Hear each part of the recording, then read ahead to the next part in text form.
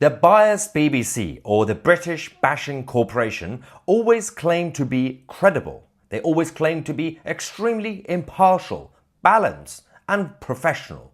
They also do claim to be diverse. That part is true. The problem we have with the BBC is that on a regular basis, they are forced to apologize. They are forced to correct their own statements. Now, mistakes happen. We all make mistakes. The problem with the BBC is that when they make a mistake, intentionally or unintentionally, they try not to talk about it until they are exposed, until we manage to tell the world what they've done. In this video, we're going to give you guys some examples, including what happened this week with the BBC. When they get cornered, they accept it. After a while, after a lot of pressure, they then sometimes issue an apology. They also say that we learn from mistakes. So what happened this week? Well, as you guys know, the ceasefire deal, the hostage deal between Hamas and Israel is ongoing. Hamas are releasing a few hostages, civilians, and of course all the others who've taken. In return, Israel has to release hundreds and hundreds of Palestinian criminals who are in prison in Israel. Now, the thing about this is that the BBC showed an image, and they do it on a daily basis, their powerful image of the day. Well, today's powerful image of the day was of a Palestinian criminal. Not any of the civilians. That was the powerful image for the BBC. Now, in this situation, they haven't even actually apologized. But this isn't the first time the BBC have made an error like this, especially when it comes to the conflict in the Middle East. If you guys remember, back in October, 11th of October 2023, only a few days after the invasion of Israel by the Hamas terrorists, the BBC continued to refuse to call them terrorists. And this was the headline. BBC defends its policy not to call Hamas terrorists after criticism. It wasn't really just about their refusal of calling Hamas terrorists. It was also their biased reporting. They believed everything that the so-called health ministry from Gaza were telling them, including this. Yes, Israel accuses the BBC of modern blood libel over reporting of hospital strike.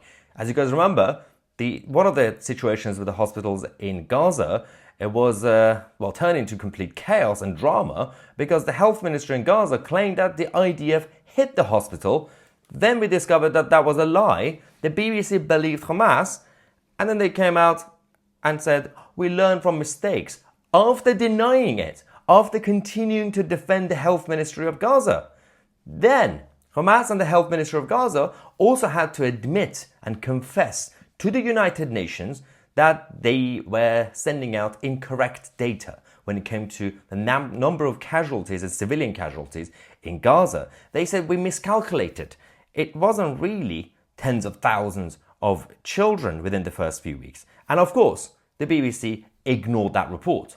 Why would they actually report the truth? It's not in their interests. On the issue of the hospital drama, the BBC said, we accept that even in this fast-moving situation, it was wrong to speculate in this way, although it did not at any point report that it was an Israeli strike, according to the BBC.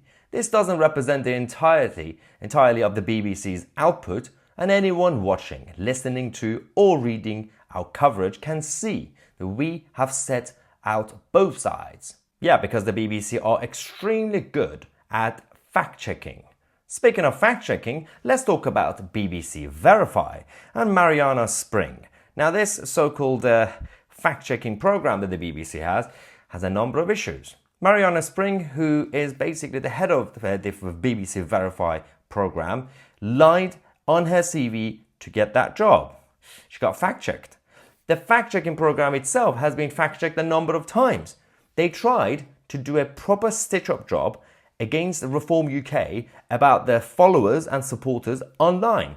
The BBC claimed that, Reform UK supporters are not real. They are all bots on social media. This is what they did.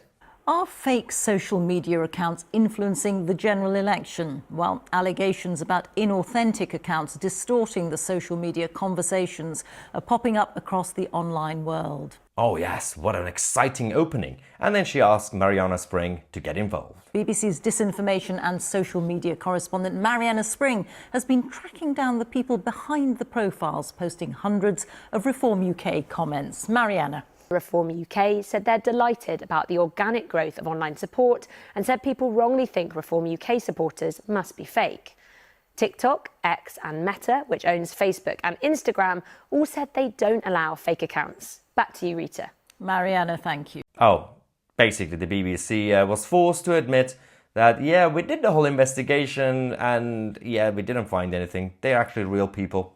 They're not bots. But as you guys know, the BBC definitely has a problem with people like Nigel Farage and other right-wingers in general. They've been going around believing everything that the enemies of the right would say. The liberal side, the BBC, for example, themselves, or the NHS, or of course the banks. Speaking of the banks, do you remember this? Nigel Farage said the BBC has to apologise, and of course the BBC was forced to apologise to Nigel over his bank account closure story. Now, of course, for those who don't remember, the Coutts Bank scandal and the debanking situation that Nigel Farage went through, and many others before and after Nigel went through, became a bit of a drama because the banks NatWest went to the BBC and said, yes, basically he didn't meet our financial requirements. And of course, that was a lie. The BBC reported it as a fact instead of actually questioning it, instead of actually investigating it. Then the BBC was forced to apologise. Simon Jack of the BBC had to say, the information on which we based our reporting on Nigel Farage and his bank accounts came from a trusted and senior source. However, the information turned out to be incomplete and inaccurate. Therefore, I would like to apologise to Mr. Farage. Now, how many times do we have to go through the same thing with the BBC?